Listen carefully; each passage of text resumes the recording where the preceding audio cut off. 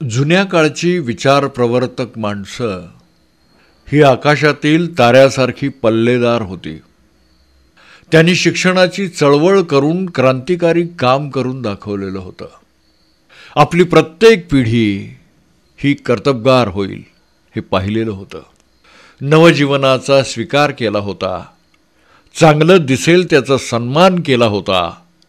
आजही हे घडायला हवं आहे. महाराष्ट्राची बुद्धी विवेकी झाली पाहिजे. शिक्षणामुळं मिळणारं ज्ञान हे जीवनाला संपन्न करणारं व्हायला पाहिजे आहे. सामान्यांची शिक्षण घेण्याची ताकद ही वाढली पाहिजे. म्हणून मी शिक्षणाचा कार्यक्रम हा क्रांतिकारी कार्यक्रम मानतो. वैचारिक धनदौलतीनं श्रीमंत झालेल्या आमच्या साहेबांचं हे बोलणं कानावर घुमू देत, मनात रुजू देत, कल्पनेत घोळू देत आणि प्रत्यक्षात अंमलात आणू देत स्वतःला विसरून जायला झालं म्हणजे मला ब्रह्मानंद होतो. वाटतं की यातलं काहीतरी आपल्या हातून घडावं तरच त्यांची बहीण म्हणून जगायचा आपल्याला अधिकार आहे. म्हणून फूल नाही फुलाची पाकळी या न्यायानं जमेल तसं लिहित राहावं, येईल तसं संपादन करीत असावं, होईल तसं प्रकाशनही करावं या धांदलीत असताना भुलायला होतं. कारण साहेबांचं म्हणणं असतं की महाराष्ट्राची चांगली साधन संपत्ती म्हणजे इथलं मनुष्यबळ आहे, इथला सर्वसामान्य माणूस आहे. तर त्या सर्वसामान्यांच्या मधूनच फिरावं, त्यांच्या बोलण्यातली अस्सल मराठी भाषा वेचावी, पिढ्यानपिढ्यांचे विचार गुंफलेल्या त्यांच्या कहाण्यांचं श्रवण पठण करावं, वाडवडिलार्जित लोकगीतांनी घुमारलेल्या त्यांच्या रात्री ध्यानी धराव्यात. असलं काहीतरी करीत राहावं म्हणजे साहेबांना तेवढाच आनंद होईल असं माझं खुळं मन सांगतं. सदा न कदा मग तोच ध्यास मनाला लागतो. एखादं भारदस्त पुस्तक या छंदातून बाहेर पडलं आणि ते साहेबांच्या हाती आलं की त्यांच्याशी साहित्यिक गप्पा मारताना रंगणाऱ्या या थोरल्या पातीचं अपूर्व दर्शन घडून येतं. जीव मग खुशालीत येतो. लेखन वाचनाची विलक्षण आवड असलेल्या साहेबांच्या सहवासातील हे क्षण आगळे ठसे उमटवून जातात. दिलखुलास मनानं अशावेळी बोलणारे साहेब राज्यकर्ते होण्यापेक्षा लेखक झाले असते तर फार बरं झालं असतं असं मग उगीचच मनात येऊन जातं. साहेबांच्या घरातील ग्रंथालयामधील निवडक पुस्तकं मग भराभर नजरेपुढून सरकू लागतात आणि रोज नियमानं वाचन मनन करणाऱ्या साहेबांचा हेवा वाटायला लागतो. त्यामुळं माझं हटवादी मन मग उगीचच जागं होतं आणि साहेबांना त्रास द्यायची लहर ध्यानीमनी चमकून जाते. पण विशाल भाल प्रदेशाच्या, टप्पोऱ्या डोळ्यांच्या, चिंतनशील मनाच्या, पक्क्या विचाराच्या, करारी स्वभावाच्या, धूर्त राजकर्त्याच्या, प्रेमळ स्नेहाच्या, गणगोतांच्या आपुलकीच्या, अगत्यशील आपलेपणाच्या आणि विवेकानं वागणाऱ्या कार्यकर्त्यांच्या जवळ आपण कसला हट्ट घ्यायचा तेच मुळी चटकिनी कळत नाही. त्या कारणानं अस्वस्थ झालेल्या मनाला भुलू नको म्हणून ताकीद द्यावी लागते आणि मग आपसुकच काहीतरी नकळत सुचून जातं. एकदा अशीच गंमत झाली. 1960च्या ऑक्टोबरमधली एक गोष्ट. प्रतापगडच्या देवीची स्थापना झालेला 300 वर्ष होतेला तो प्रसंग. त्यानिमित्तानं देवीची महापूजा बांधण्याची आमच्या बाबासाहेब पुरंदऱ्यांनी भाषा काढलेली. त्या सरशी मी साहेबांकडं हट्ट घेतला की तुम्ही या महापूजेसाठी सौभाग्यवती ताईसह यावं. रागावले साहेब तर रागाव देत म्हटलं. जीवाचा धडा केला. हा मोठ्या जिम्मेदारीचा माणूस नाही म्हणणार नाही या खात्रीनं तयारीला लागायचा बेत केला. फलटणच्या राजेसाहेबांच्या गळ्यात ही तयारी टाकली आणि मदतीला शेकडो जण सरसावले. प्रतापगडावरील महादेवीच्या साक्षीनं महाराष्ट्राच्या इतिहासातील एक नवं पर्व उभारलं गेलं. छत्रपती शिवाजी महाराजांनी 300 वर्षामागं या देवीची केलेली पूजा आता पुन्हा नव्यानं बांधली जात होती. इतिहासाचं पुनरुज्जीवन घडत होतं. त्या देखाव्याला डोळे भरून पाहायला गडावर महाराष्ट्राचे लहान मोठे शेकडो मानकरी गोळा झाले होते. नवचंडी यज्ञाची सांगता होत होती. सूर्यदेवानं आपली किरणं चौफेर टाकली होती. रानभेरी वाऱ्याच्या नगार नौबती झडत होत्या. दाही दिशांनी संगीतातल्या नानापरीची रागदारी आळवण्याची शिकस्त चालवली होती. 9,00,000 तारांगणाच्या घोळक्यातील चंद्रमा मंत्राक्षता फेकीत होता. एवढ्यात कुणीतरी ललकारलं. देवीची महापूजा सुरू झाली. त्या सरशी तिथं जमलेल्या हजारोंनी गर्जना केली, यशवंतराव चव्हाण जिंदाबाद, छत्रपती शिवाजी महाराज की जय. आपले नेत्रदीप पाजळून श्वास उच्छ्वासाने अधीर होऊ देत पंचारती केली. साहेब त्यावेळी ताईंच्यासह देवीच्या गाभाऱ्यात पूजेला बसले होते. देवीच्या मुखावर आगळं तेज झळाळत होतं. महावस्त्रांनी आणि महाअलंकारांनी सजलेली तिची काया सुखानं डवरली होती. साहेब देवीला नमस्कार करीत होते. ताई देवीला हळद कुंकू वाहत होत्या. वातावरण स्फूर्ती घेऊन उठत होतं. महाराष्ट्राच्या उज्ज्वल भवितव्याचे विचार साहेबांच्या मनात घोळत होते. त्याच विचारांची पुष्पमाला साहेबांनी या जगदंबेच्या साक्षीनं राजा शिवछत्रपतींच्या पुतळ्याच्या गळ्यात माळली होती. जिम्मेदारीचा माणूस म्हणून साहेबांना भवानी देवीनं वरदान केलं होतं. विरोधी पक्षातल्या लोकांनी देखील त्यावेळी यशवंतरावांच्या प्रभावी नेतृत्वावर आमची भिस्त आहे. यशवंतराव आम्हाला पसंत आहेत. आम्ही स्वखुशीनं आमचा महाराष्ट्र त्यांच्या स्वाधीन करू इच्छितो, अशी ग्वाही दिली होती. साहेब महाराष्ट्राचे झाले होते. महाराष्ट्र साहेबांचा झाला होता.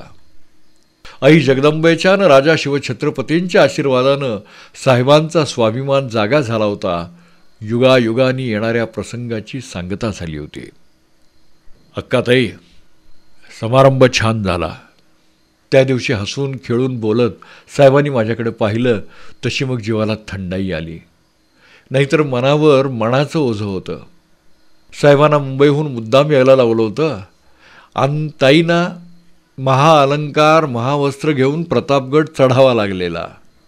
कुणी रागावणार तर नाही ना या भीतीनं मला पछाडलेली.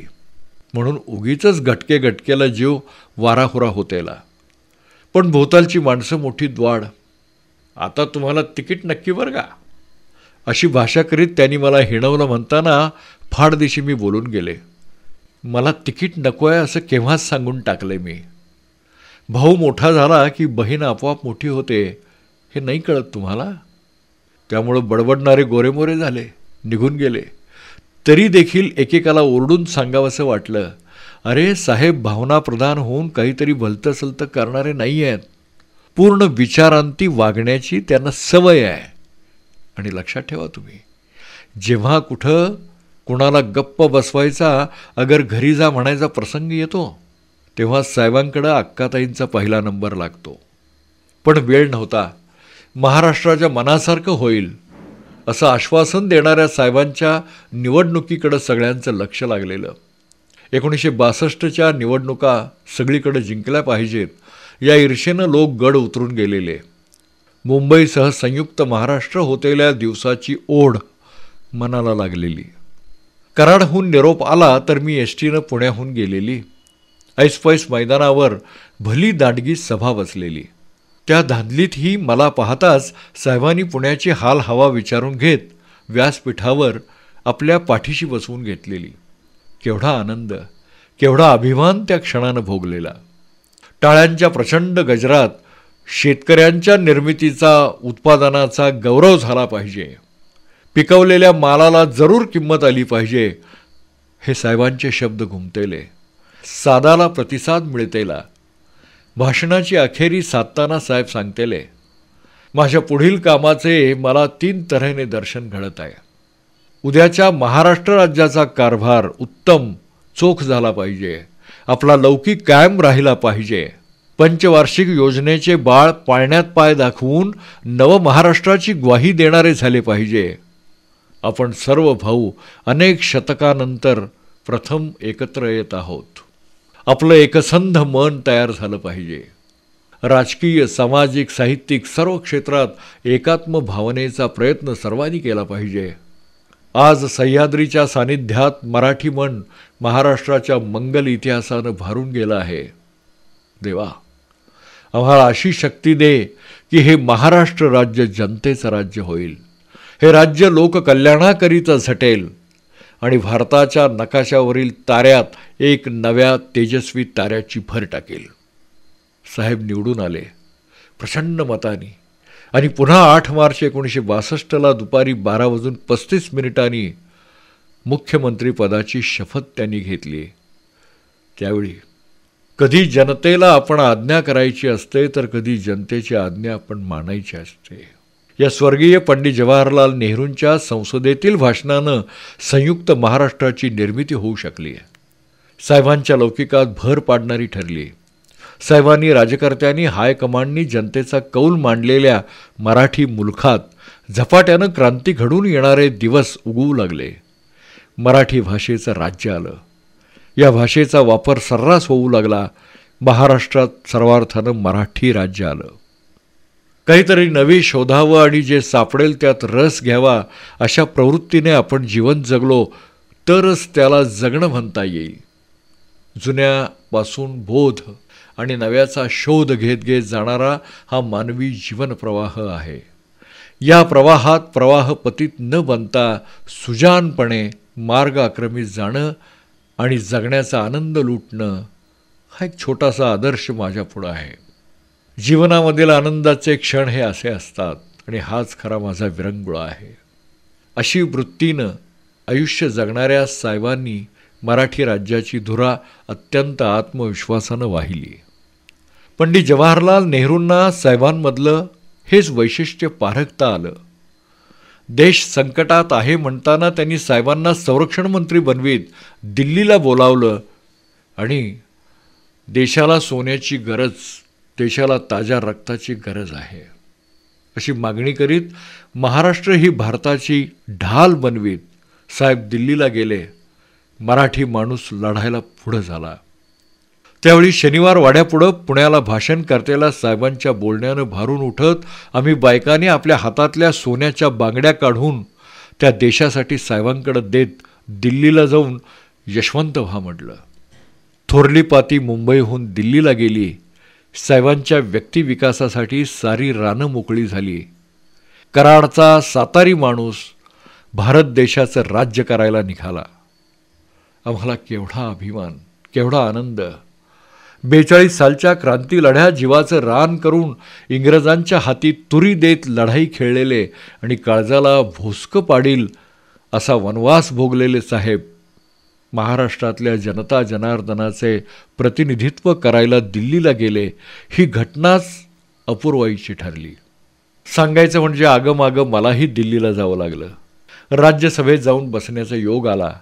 केव्हा तरी भेटणारे साहेब एखादा दुसरा अपवाद सोडला तर रोजच घटकाभर का होईना भेटू लागले.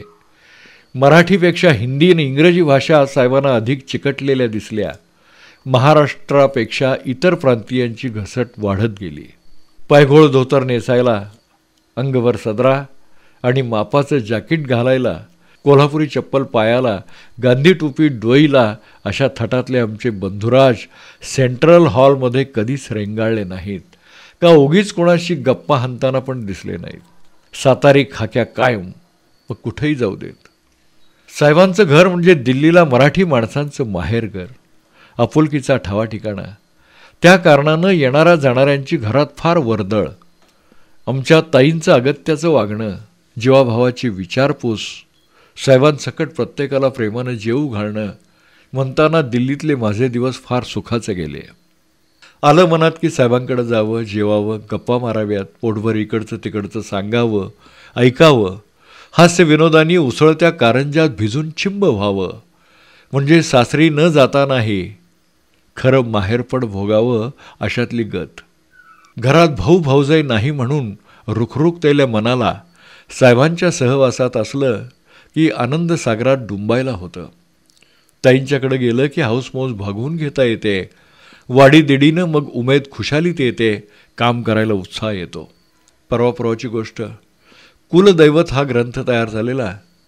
साहेब आजारी म्हणून सोजी भेटायला गेलेले. संग रामभाऊ जोशी. तशी पुस्तकावरची फीत सोडताना साहेब खुशीत आले. रामभाऊनी मग म्हटलं, झालं पुस्तकाचं उद्घाटन. साहेबही हसले आणि म्हणाले, पुस्तकावरची फीत बीत काढून टाकली आहे, पुस्तक उघडलं आहे मी. अक्काताईला चालत असेल तर बघा. डोंबल माझं. मी ढीग बोलावलं पुस्तक प्रकाशनाला तर साहेबांना यायला वेळ नको, पण बोलू कशी? म्हटलं उद्घाटन झालं, जाहीर करा रामभाऊ. त्या सरशी भराभर पुस्तक चाळीत साहेबांनी विचारलं, यात आमचा भैरोबा कुठं आहे? मी पण एकदम आचारी का विचारी झाले, पण बोलायला सुचलं. भैरोबा ग्रामदैवतात मोडतो. झालं.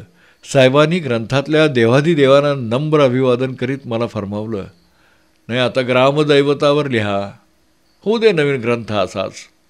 तर आमचं असं आहे. ही थोरली पाती माझं पुस्तक निघालं की खुश असते. मी आणखी अभ्यास करावा म्हणते. कदाचित त्यांची लेखनाची हौस तर मी पुरी करीत नसेन. हा विचार मनात आला की आनंदानं ऊर भरून येतो आणि काय लिहावं नव्यानं या विचारात मन डुंबत राहतं. अशा वेळी हवाई दलाच्या विमानातल्या प्रवासात सर्वांनी कमरेला पट्टे बांधले होते, तरी मी मात्र तशीच बसू देत असं मागे एकदा नागपूरहून येताना साहेबांनी मला केलेली आज्ञा कानात घुमायला लागते. आणि मी विमानातून जवळ दिसतेल्या चंद्राशी गुजगोष्टी करीत पुटपुटावं म्हणते. ह्यांना येणार नाही असलं काही जमवून दाखवीन ना तरच खरी नावाची. पण साहेबांच्या ते लक्षात येतं आणि मला चिडवीत उडणारा हास्याचा गदारोळ मग एवढा घाबरवून सोडतो की आपलं सगळंच चुकलं या समजुतीनं मी पार गांगरून जाते. साहेब मग चटकन विषयाला कलाटणी देत सांगून टाकतात, जगातील अवघड प्रश्नांची उत्तरं पुस्तकांमध्ये लिहून ठेवलेली नसतात. ती तशी ठेवली असती तर आपणा सर्वांचं काम सोपं झालं असतं. तेव्हा जीवनामध्ये ज्या विकट समस्या निर्माण होतात त्याला योग्य विचार करून उत्तर देणं किंवा ते देण्याचा प्रयत्न करणं यातच खरा पुरुषार्थ आहे. आयुष्याला मग एकदम गांभीर्य प्राप्त होतं आणि या चिंतनशील माणसाच्या त्यावेळच्या आगळ्या दर्शनानं आपल्या थिटेपणाचा साक्षात्कार होतो.